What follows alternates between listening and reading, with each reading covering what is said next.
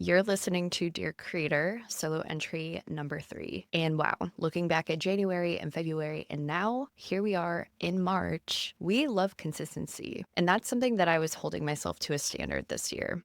And we're doing it. So let's keep up the momentum. If you haven't seen or have listened to previous solo entries, this is where I share my own reflections and lessons I've learned in my life or in my business. And I hope they provide some valuable insight for you, especially if you're a service-based business owner, creative entrepreneur, founder, or creator who has or is starting a business. So I'm actually filming right into Descript, and this is a new method because I wanted to test some things out. So you'll probably, if you're watching on YouTube or watching the video on Spotify, I don't even know if Apple has the video yet, but you might see some chaos behind me. And I actually shared a little bit more on being in the messy middle on TikTok. So I'll link that video below because that's not what this episode is about, but not sure if you'll see everything behind me. But if you do, just know this is what real life looks like. If you have a second, make sure to subscribe on YouTube. And if you're able to, please rate the podcast. That would be greatly appreciated. And when you do that, it helps others who might need to hear this conversation. March was so high energy for me. And there was a point where I started to feel the burnout creep in. And we'll get into that. But yeah, I just felt like that momentum and high energy to work towards my goals. And I actually admitted to myself this year for the very first time out loud, I want to make $1 million.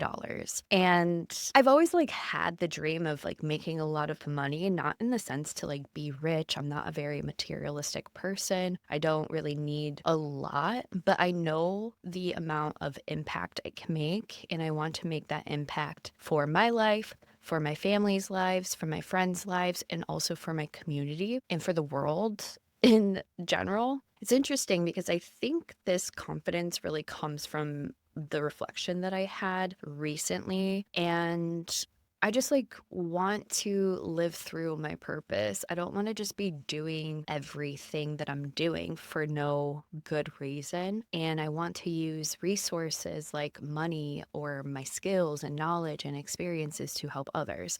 And so I made a rough plan on how I can do that. But before I get into what I did to figure this out, I wanted to talk to you about burnout. Around the second or third week of March, I realized that I was creeping up on burnout, and that hasn't happened in quite a long time, especially because I've built the systems and the structure. I've really learned how I operate as a human being, as a creative person, what signs I get when I'm pushing myself too much.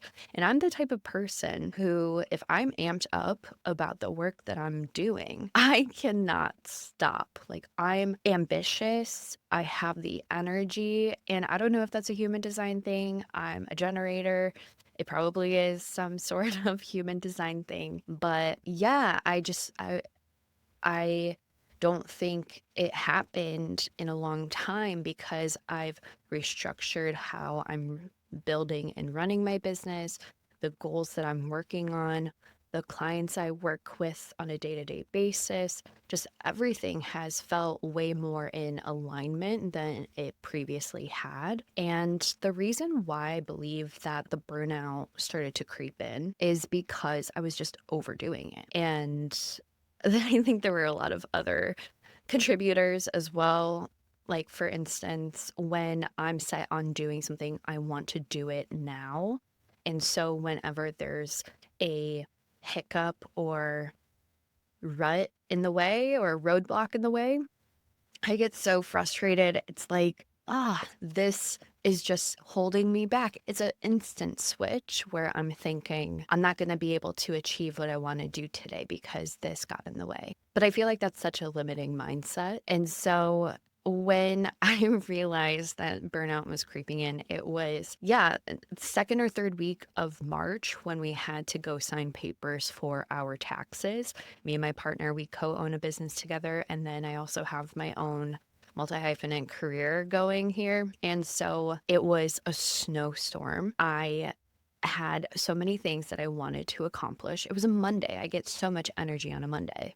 But we had to go sign these papers for the taxes to be sent out on time. And that added an hour and a half, or that took away an hour and a half of my day. I only really have 2 hours per day, depending on when I wake up in the morning to work on my own business, because I also have other responsibilities to a one-on-one client in person. And so this was just the biggest frustration for me. And it was like the littlest things started to pile up, crazy drivers on the road, the weather, getting the slush on like my black pants, like just like the littlest things triggered me.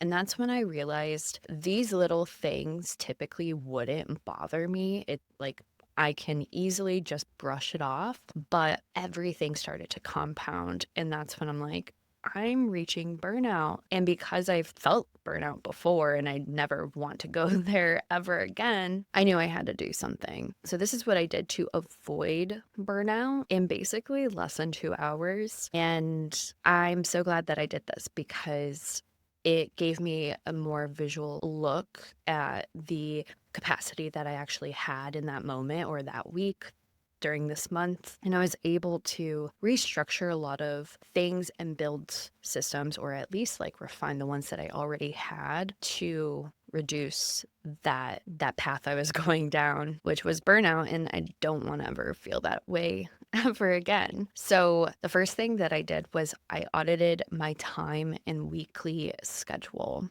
And that helped me see how much time I realistically had that week to do what I wanted to do. And I believe once you know how much time you realistically have throughout the week, you can set smarter goals for yourself. And I know, like, if you're like me, you're probably ambitious. You want to get a lot of shit done in a small amount of time, but we also have to be realistic with ourselves because we also have life going on. We have events, appointments, social gatherings. We have our dogs and pets, kids' responsibilities. And with being a multi-hyphenate entrepreneur, I do have a lot of responsibilities. I have a lot of things I have to show up for. And so when I feel like that I'm putting my own business on the back burner because I have all of these responsibilities, that creates a lot of tension and friction between the work that I'm doing and also my energy and my mood. And then that trickles into my relationships and how I'm treating myself and like my health habits and everything compounds. So after I audited my time and weekly schedule and saw how much time I realistically had, I was able to do a complete reset and rearrangement with my responsibilities, the times I was showing up, things like that. I believe being able to view my week visually helped me see what was actually possible, what actual space I had in my schedule to work on the things that I want to work on. And essentially, what that looks like is writing out Monday through Sunday or Sunday through Monday, however you like to view the calendar, with each hour written down. So I started from like 4 a.m. to 3 a.m. So 4 a.m., 5 a.m., 6 a.m., 7 a.m., 8 a.m.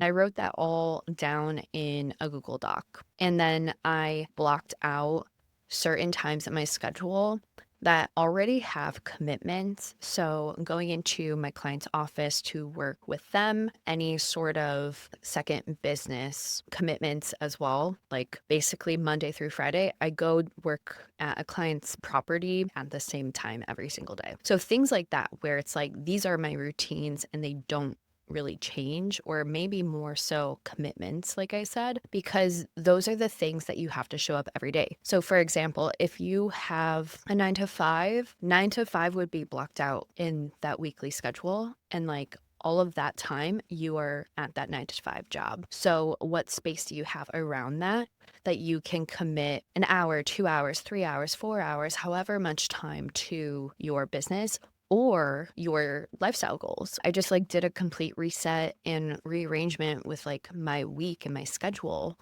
And I'm not ashamed of almost creeping into burnout, or I guess like I was creeping into burnout, but I'm not ashamed of having to reset and rearrange everything.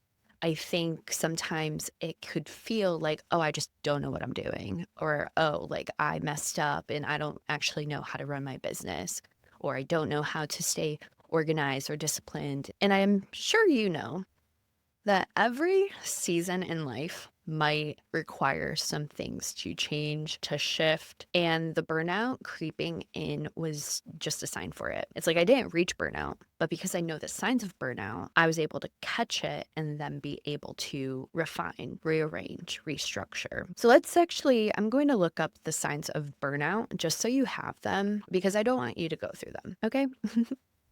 And I might actually already have some content around this, but I just want to make sure that I give you the correct information. And every person probably feels burnout in a different way. Burnout symptoms typically include like chronic physical and emotional exhaustion. So there's constant tiredness that doesn't improve with rest, or there's frequent illnesses and unexplained like body aches, and or maybe feeling overwhelmed, drained, emotionally numb, or experiencing fatigue or compassion fatigue. It also could create some cognitive challenges. So maybe difficulty concentrating, you have severe mental fog, and maybe trouble with memory. And maybe there's also some like negative attitude towards work or colleagues, maybe in your relationship, people in your life who typically like you want to hang out with, you want to spend time with, but you're just like, I could not be bothered right now. And there might just be also some feelings of like people not appreciating you, and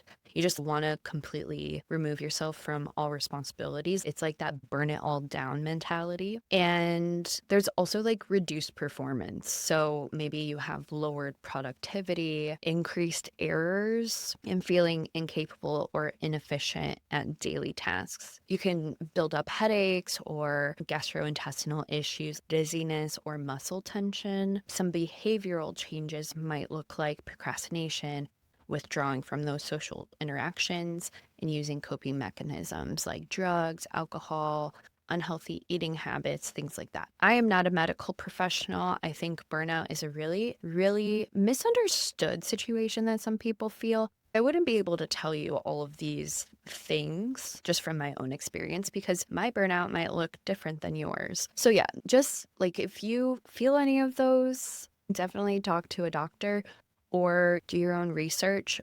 I also see here that there are stages of burnout, starting with like the honeymoon phase, so like that high energy that you have, followed by the onset of stress, chronic exhaustion, and finally habitual burnout, where symptoms become part of daily life. And so if you feel like one or a few of those signs or symptoms, it's time to look at everything and restructure to allow space for creativity, allow time for yourself to rest, to engage in activities that you love to do outside of your business, and things like that. All to say, I've gone through burnout and I know the signs now, and I'm more aware of it, but hopefully this just helps you avoid it completely. And, after I did this, and I actually did this in a Google Doc, I was like, I have to share this process with everyone I know, especially those who love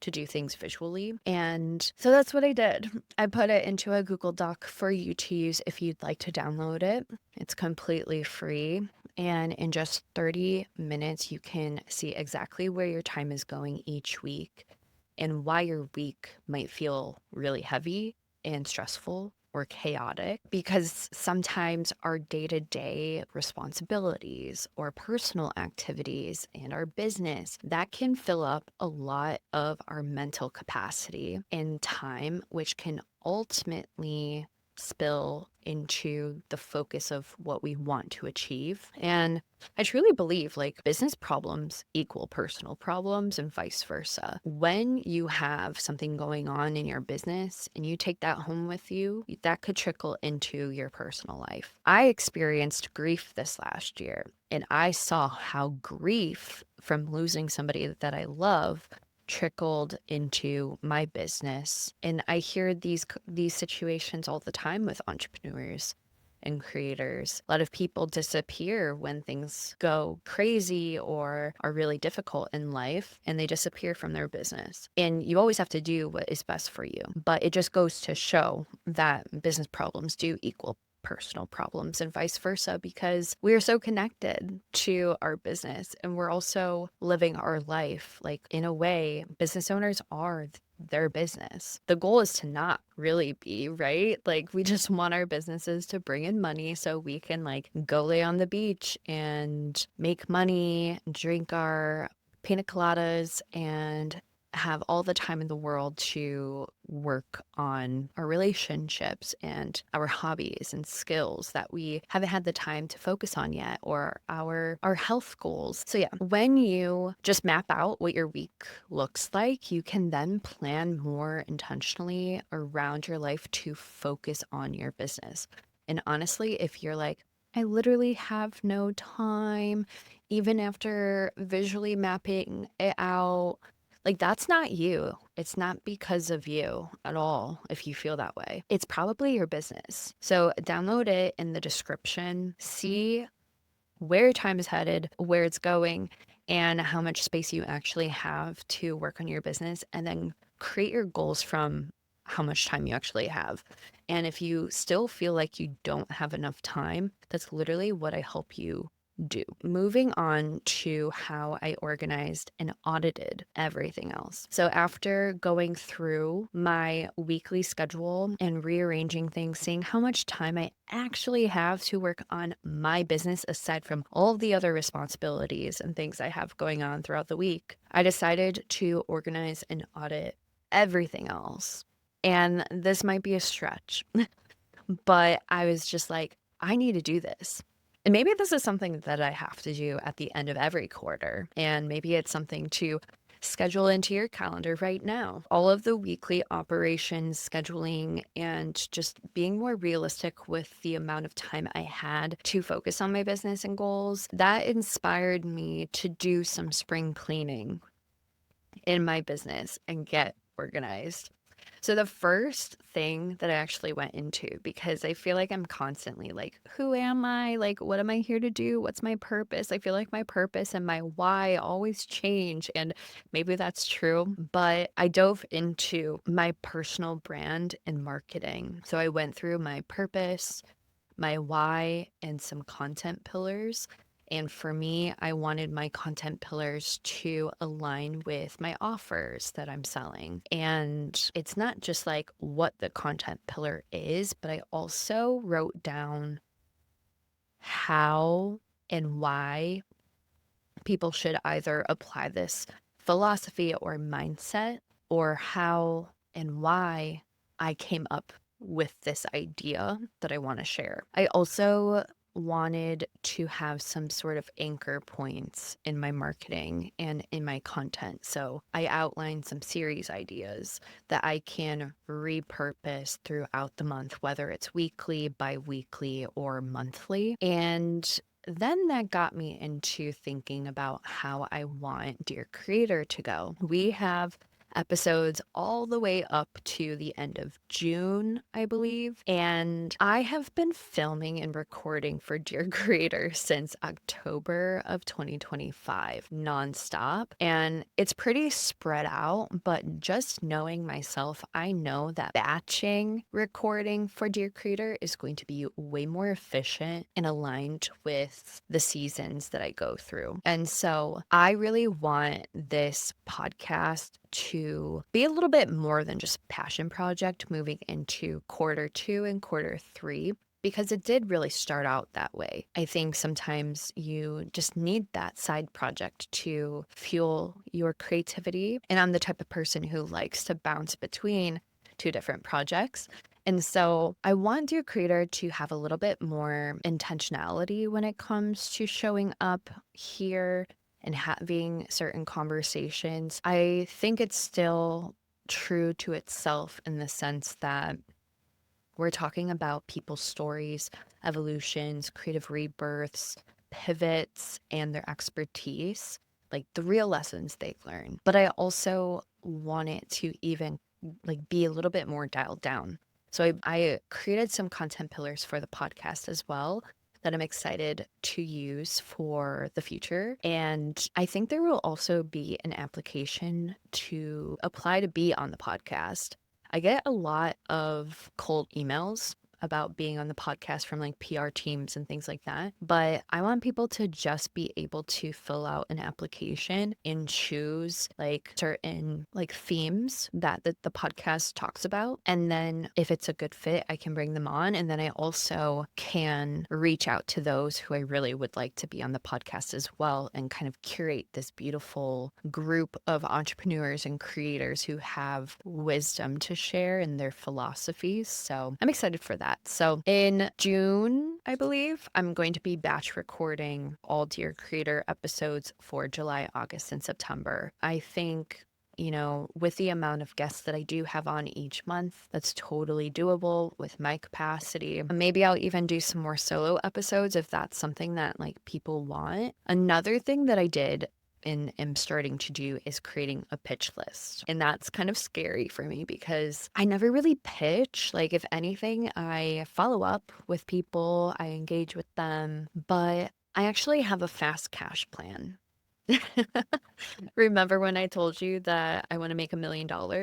Who knows if that's possible this year? I really don't know. I just spontaneously said that out loud, but I decided that I'm building a local content marketing and creation studio here in the suburbs of Chicago that is really like compiling all of my 15 years of freelance experience into one package using content creation, photography, editing skills. And I really want to help a lot of the local businesses here thrive online. A lot of them don't have a digital presence. And I was like, this would be a perfect way to bring in some cash flow into my business. I'm probably going to pitch people, not in the icky way, I promise, but I'm honestly just going to start reaching out to people who are closest to me, the warm leads, and I'm using air quotes, warm leads, people who I'm already connected to who could pass my information along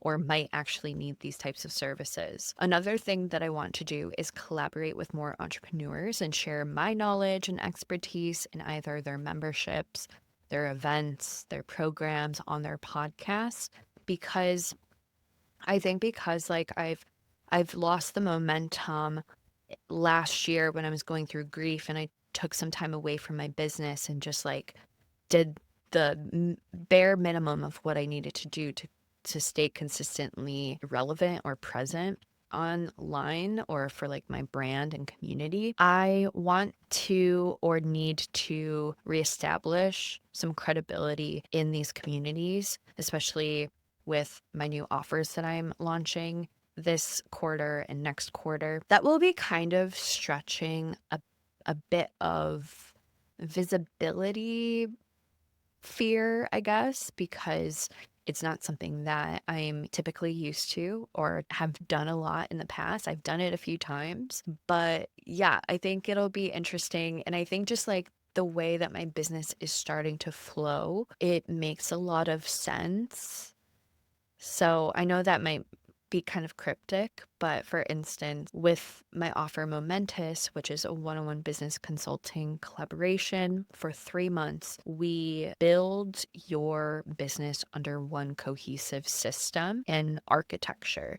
So we take your offers, your marketing, and your operations, and we organize, simplify, restructure for that to work with you, not against you, without risking income, without having to start from scratch or burning your business down. And I think there are a lot of different ways that I can teach or share how to prepare for something like that. So yeah, I'm excited. And speaking of Momentous, I'm also thinking about how I'm going to be developing a live group program or course called Velocity. And honestly, I'm so obsessed with these names, but Velocity is going to be for service providers, founders, and creators who want to simplify and productize their offers, more specifically, a core offer that takes up a lot of time but is like booking out. And they want to scale that offer into a new container that helps them work with more clients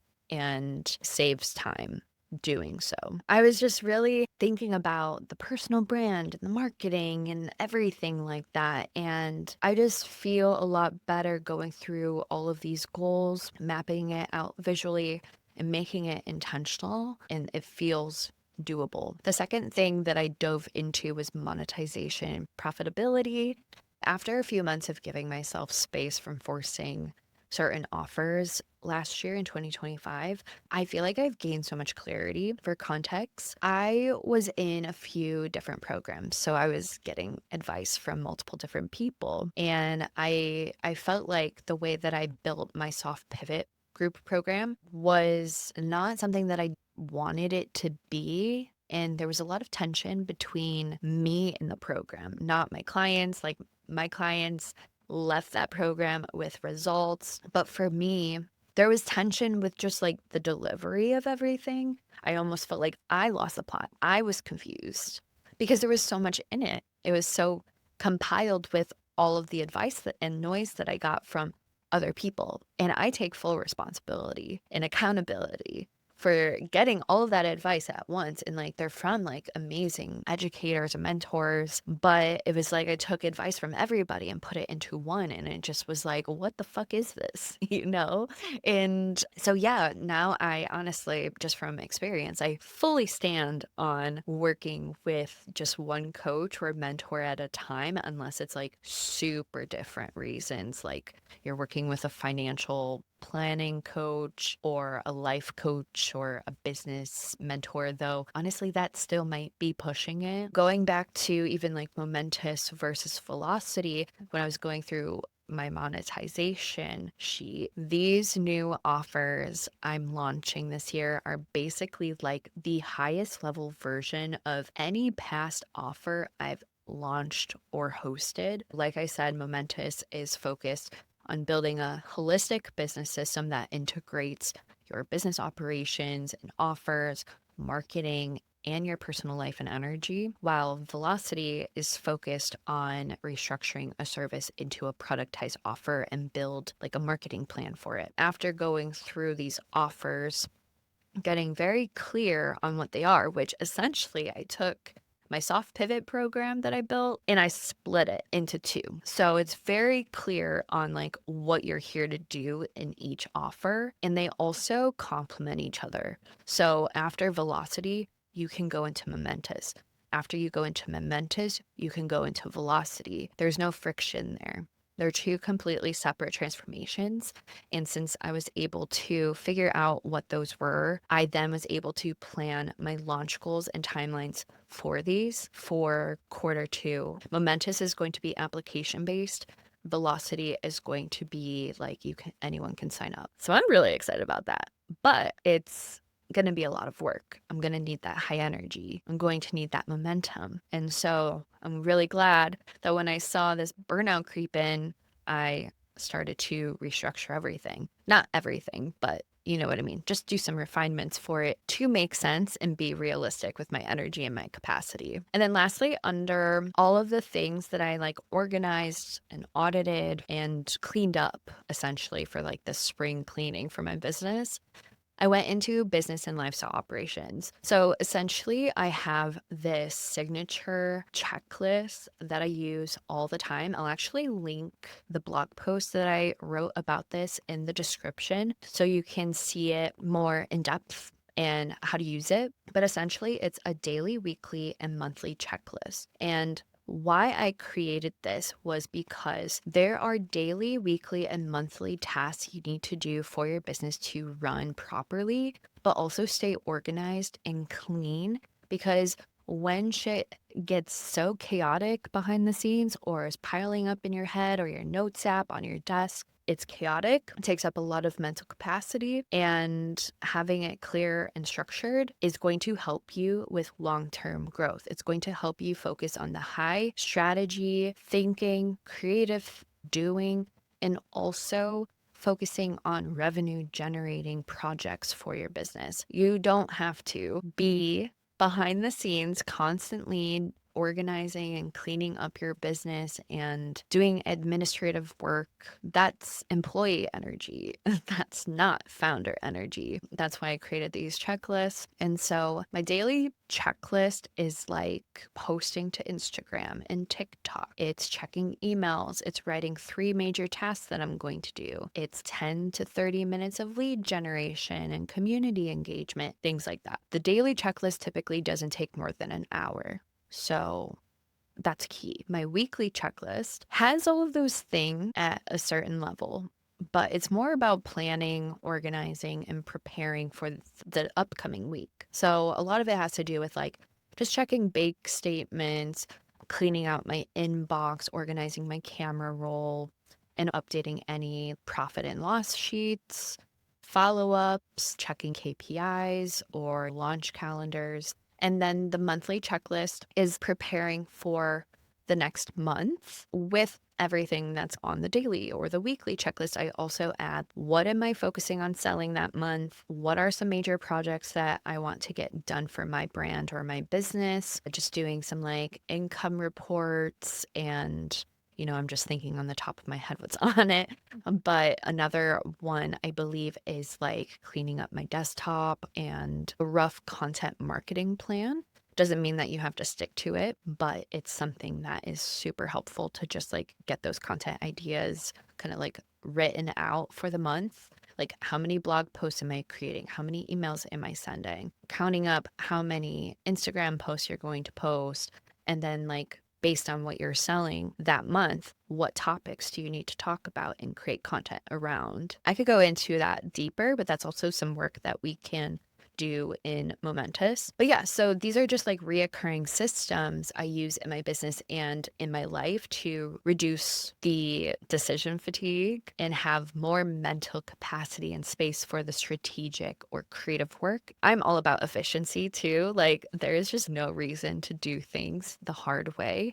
Work smarter and smoother, not harder. And so I just refined those daily, weekly, and monthly checklists. And there are some like day to day things that I do all the time as well. Something that I've learned from Sarah from Between the Lines Copy, I believe she calls it like the 10-minute tidy up or something like that. That is super helpful, setting up a timer for like 10 minutes and just cleaning things around the house, doing dishes, just like the little daily things just to like organize and clean up your space. Because when your space is clean and organized or, just like not so cluttered, you feel less cluttered and chaotic. I'll link her episode that I did with her on Dear Creator in the description as well. There will be a lot of resources down there. And then after I refined some checklists, I went through all of my subscriptions and decided what to keep or cancel. One I can't wait to cancel is Zoom because I don't need it. Because I use Descript,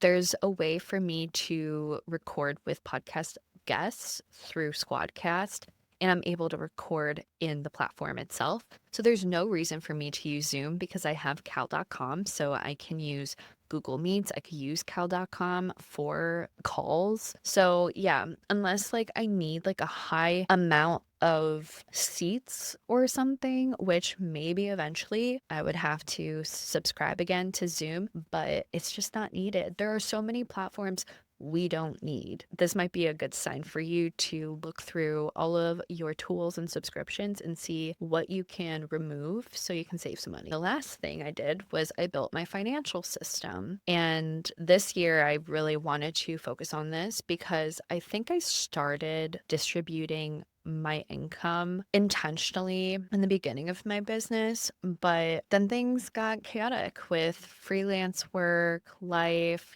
just pivoting 100 billion times. So I decided what percentage of income goes where: expenses, owner's pay, savings. And I believe that looks different for everybody depending on your goals. So, like, I'm not a good person to ask for that, but I think having a plan in place on like where money's going every month from your clients' projects and invoices and things like that, it's way better than to just like manually export and like send yourself money.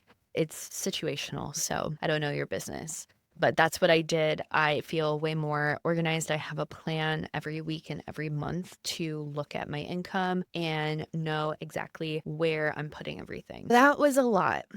And I'm surprised that we're under an hour talking about all of this. But yeah, I feel like the clutter and the chaos in my head and like how I was feeling just is not existent there anymore. Of course, I have my days and I'm not perfect and nobody is, but just there's so many little things that you can do. You can spring clean your business. You can visually look at how much time you realistically have every single day to work on things, and then you can make smarter goals. But yeah, now I have the checklists and preset days to keep it clean and organized. And it's not that I didn't have that before. It just was for a different season of my life and my business. And I've reached a new season. It is spring and I have a lot of energy, a lot of creative ambition, and I want to make $1 million in the next year or a few years whenever it happens for me. So yeah, sometimes when things get busy, you just need a little reset. If you want me to go deeper into any of these areas, please let me know. So yeah, all of this work I did totally makes sense. Next month, when you're listening to this, is April of 2026. It's a brand new quarter. And for me, sometimes when I create a specific or in-depth plan too far ahead, it is distracting or it's not aligned with how I'm currently feeling when I reach that point. And then I just end up changing it anyways, even though that might not be the same situation for you. And that's okay. But at least having like a rough plan, like I'm all for planning, structure, and systems, but just having a rough plan that you can adapt or be flexible around to help you move through the week and gets you closer to accomplishing your goals, tasks, client projects, reaching those revenue milestones, and also having fun in your life will support you in the long term. If you needed a sign to do a little spring cleaning in your business, make those systems so you don't start your day not knowing what to do next and have fun in the process. Because if you're not having fun, what's the point? If you need help with creating a holistic business system so you can market your services consistently, have clear and productized offers with strategic messaging that aligns you with the right type of clients and provides more space in your personal life, you can join the waitlist to Momentous, my new one-on-one business collaboration offer launching this spring. Thank you for watching or listening. I hope you were able to get value from this, and I'll see you in the next one.